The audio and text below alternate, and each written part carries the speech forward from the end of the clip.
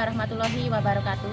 Saya Lucy Eviani, guru SMP Muhammadiyah Harjowinangun, Kabupaten Oku Timur, Provinsi Sumatera Selatan.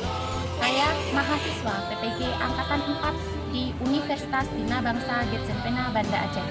Di sini saya akan menyajikan video pembelajaran yang berjudul Teks Cerita Pendek. Selamat menyaksikan. Assalamualaikum warahmatullahi wabarakatuh. Waalaikumsalam warahmatullahi wabarakatuh. Apa kabar? Alhamdulillah, luar biasa. Allahu Akbar. Alhamdulillah. Sebelum masuk pada pembelajaran, alangkah baiknya kita berdoa terlebih dahulu. Berdoa mulai. Berdoa selesai. Terima kasih. Hari ini ada yang tidak hadir? Nihil. Nihil? Nihil. Baik ya, terima kasih. Hari ini kita bertemu lagi di pembelajaran bab 3, yaitu tentang apa nak? Cerpen, cerita pendek. Ada yang masih ingat apa pengertian dari teks cerpen? Silahkan Nisa. Cerpen adalah cerita fiktif atau tidak benar-benar terjadi, tetapi bila saja terjadi kapanpun, dimanapun, yang mana ceritanya relatif pendek dan singkat. Itu pengertian dari cerpen. Masih ingat tidak anak? Unsur pembangun dari teks cerpen. Itu ada berapa unsur? 2. Apa yang pertama? Unsur intrinsik dan ekstrinsik. Iya, ada 2 unsur pembangun pada teks cerpen. Itu materi kemarin. Sebelum kita masuk pada materi hari ini, Ibu akan sampaikan dulu tujuan pembelajaran pada hari ini yang akan kita capai. Ada 4 ya. Yang pertama, siswa dapat menentukan struktur teks cerpen yang dibaca. Yang kedua, siswa dapat menentukan unsur kebahasaan atau aspek kebahasaan dari cerpen yang dibaca. Yang ketiga, menulisnya. Jadi peserta didik harus bisa menulis teks cerpen yang sederhana, dimulai dari pengalaman pribadi. Terus yang keempat, peserta didik dapat menyajikan secara lisan teks cerpen yang sudah kamu buat tadi. Nah, di sini Ibu mengingatkan sedikit lagi tentang definisi teks cerpen. Itu adalah sebuah karya sastra ya, yang bersifat fiktif, mengisahkan tentang permasalahan yang terdiri dari tokoh secara ringkas, mulai dari pengalaman sampai akhir, dari permasalahan yang didasarkan pada tokoh, dan jumlah kata pada setiap penulisan cerpen itu tidak lebih dari 10.000 kata. Nah, itu apa nak? Definisi dari teks cerpen. Nah, kita lihat dulu nih. Kita ingat-ingat lagi kembali.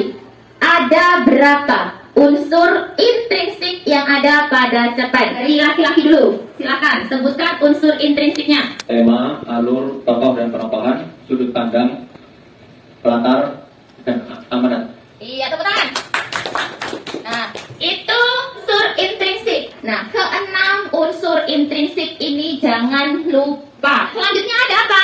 Unsur ekstrinsik. Ada 3. Yang pertama, latar belakang penulis. Yang kedua, Latar belakang masyarakat.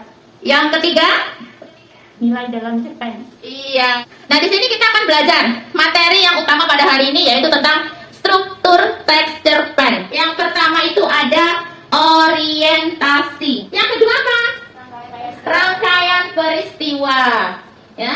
Selanjutnya yang ketiga, Komplikasi. iya, komplikasi. Apa nama komplikasi? Masalah. Masalah timbul sampai masalah memuncak. Selanjutnya, resolusi. Apa resolusi?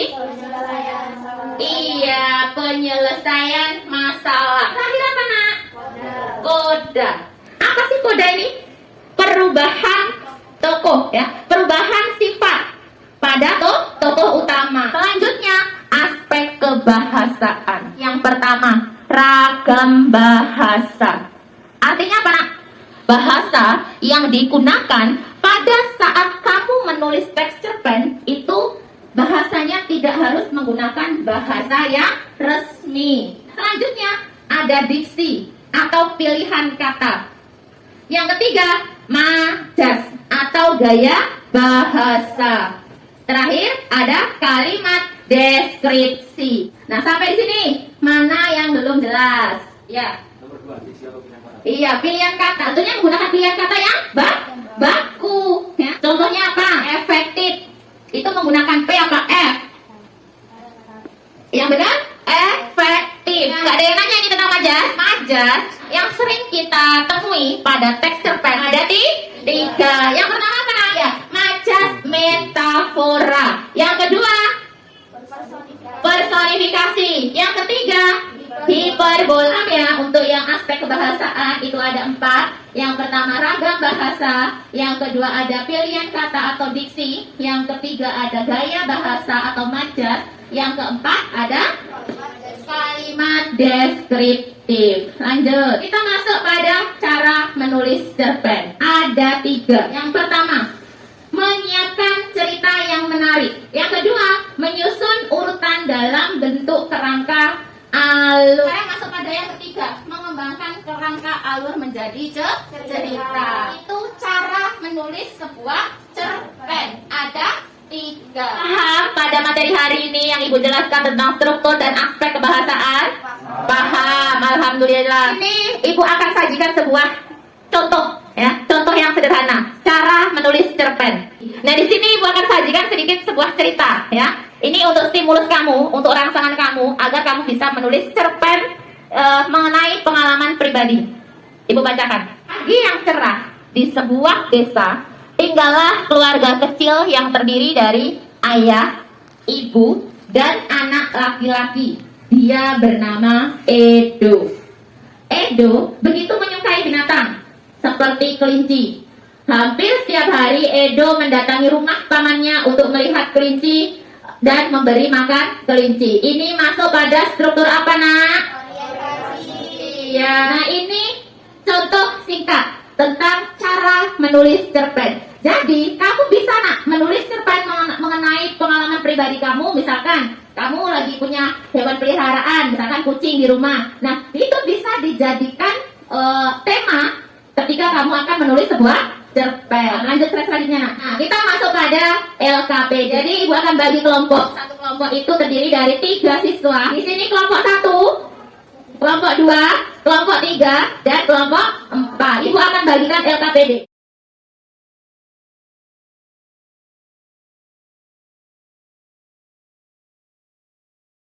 Silahkan disimak terlebih dahulu untuk pengerjaan LKPD. Di sini ada, nanti di depannya ada tulisan kelompok berapa. Kamu kelompok berapa ditulis. Pada halaman selanjutnya, ini ada tes pengetahuan.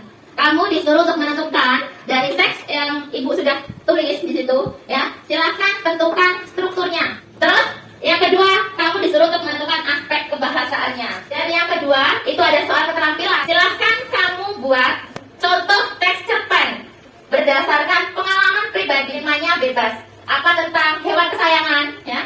Apa tentang prestasi kamu juga boleh. Minimal 1 lembar halaman, tapi mencakup seluruh struktur.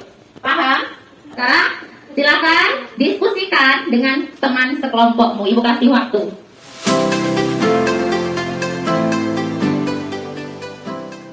Kelompok 2 akan presentasi. Silakan disimak baik-baik ya, Nak. Kan ini perwakilan dari kelompok 2, Nak, perhatikan ya, Nak. Yang pertama, menentukan struktur.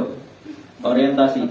Hari ini aku pulang kuliah lebih cepat dari biasanya. Dikarenakan dosen mata kuliah di jam terakhir berhalangan masuk. Aku pun bergegas pulang. Sekitar pukul 15, aku pun tiba di rumah. Namun aku melihat ibu seperti orang kebingungan yang sedang mencari sesuatu. Ternyata ia kehilangan uang kembalian belanjanya. Rangkaian peristiwa, aku pun membantunya, namun hasilnya pun nihil. Ibu pun pasrah dan aku keluar rumah kembali karena lupa ada yang harus dibeli. Komplikasi, di jalan dekat warnet, aku bertemu dengan adikku. Kamu main di sini emang ibu kasih uang ke kamu?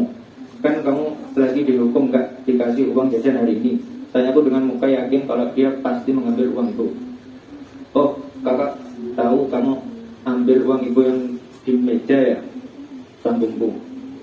Iya kak, aku ambil uang itu, tapi cuma aku pakai 5.000 doang kak. Jawab dia dengan ketakutan. Ayo naik ke atas motor, nanti jelasin sama ibu, ucapku sembari membawa pulang. Resolusi, sesampainya di rumah, dia langsung jujur dan menceritakan semuanya kepada ibu.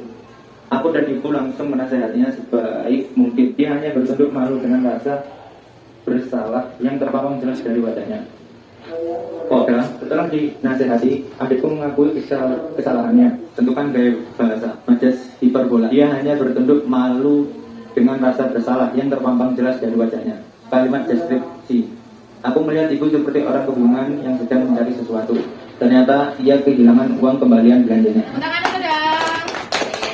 Selanjutnya kelompok 1. Oh iya, kelompok 1. Silahkan perwakilannya. Soal keterampilan, perjuangan hidup seorang pemuda dan adiknya. Di pagi hari, ada seorang anak laki-laki sedang berjualan di tengah jalan trotoar. Dia berjualan kue condong. Hasil dari jualan itu untuk menafkahi dirinya dan adiknya. Mereka sudah tidak memiliki orang tua lagi. Suatu hari, adiknya ulang tahun. Ia meminta es krim sebagai kadonya. Tetapi kakaknya tidak memiliki uang. Jadi, sang kakak berjualan dengan giat dan menyisihkan sebagian uang dari jualannya. Akan tetapi ia dalam perjalanan pulang, uangnya dirampok. Sang kakak mengejar perampok itu, akan tetapi perampoknya tidak tertangkap. Sang kakak sudah lelah, ia memutuskan untuk pulang tanpa membawa apa-apa. Tak lama setelah itu, ia melihat bapak-bapak yang sedang mencari sesuatu. Lalu ia menghampiri bapak itu dan bertanya, "Bapak sedang mencari apa?" Bapak itu menjawab, "Saya sedang mencari jam tangan saya yang hilang." Dan sang kakak akhirnya membantu bapak itu mencari jam tangannya. Setelah beberapa lama kemudian, sang kakak menemukan jam tangan itu. Lalu ia memberikan jam tangan itu kepada sang pemiliknya. Sang bapak mengucapkan terima kasih banyak kepada sang kakak dan memberikan beberapa sedikit uang. Dengan uang itu, ia memberikan es krim untuk sang adik. Sang adik sangat senang karena sang kakak memberikan es krim itu di hari ulang tahunnya. Baik ya, terima kasih. Itu tadi presentasi dari kelompok 1 dan kelompok 2. Jadi pada pembelajaran siang hari ini, nak, siapa nih kira-kira yang mau memberikan kesimpulan? Oke, silahkan. Kesimpulan pada hari ini kita dapat memahami masih informasi dari cerpen. Bahwasanya cerpen itu adalah suatu cerita fiktif yang bisa saja terjadi dan terjadi dimanapun dan kapanpun itu. Dan kosakata dalam cerpen kurang dari 10.000 kosakata. Nah, itu tadi kesimpulan dari pembelajaran kita yang disampaikan oleh teman kamu Salah, ya. Ibu simpulkan di sini kamu sudah bisa menentukan struktur, aspek kebahasaan, dan cara menulis cerpen. Jadi pada tujuan pembelajaran kita pada siang hari ini, alhamdulillah tercapai. Ya, silahkan kembali ke tempat duduknya masing-masing. Ibu akan ambil LKPD, ya, ibu akan koreksi. Jadi untuk materi besok kita akan lanjut pada materi bab 4. Silahkan pelajari di rumah ya, nak, terlebih dahulu. Belum pulang, biar semangat lagi kita nyanyi sama-sama yuk. 1, 2, 3. Di sini senang, di sana senang.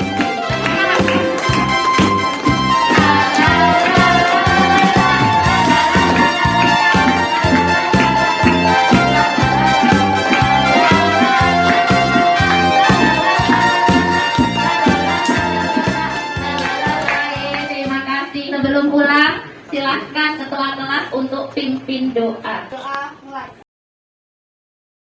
Doa selesai. Ibu akhiri, wassalamualaikum warahmatullahi wabarakatuh. Waalaikumsalam warahmatullahi wabarakatuh.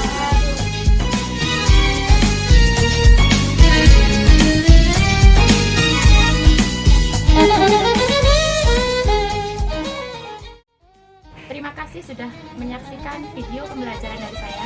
Semoga dapat bermanfaat dan berinspirasi khususnya mahasiswa angkatan PPG selanjutnya. Wassalamualaikum warahmatullahi wabarakatuh.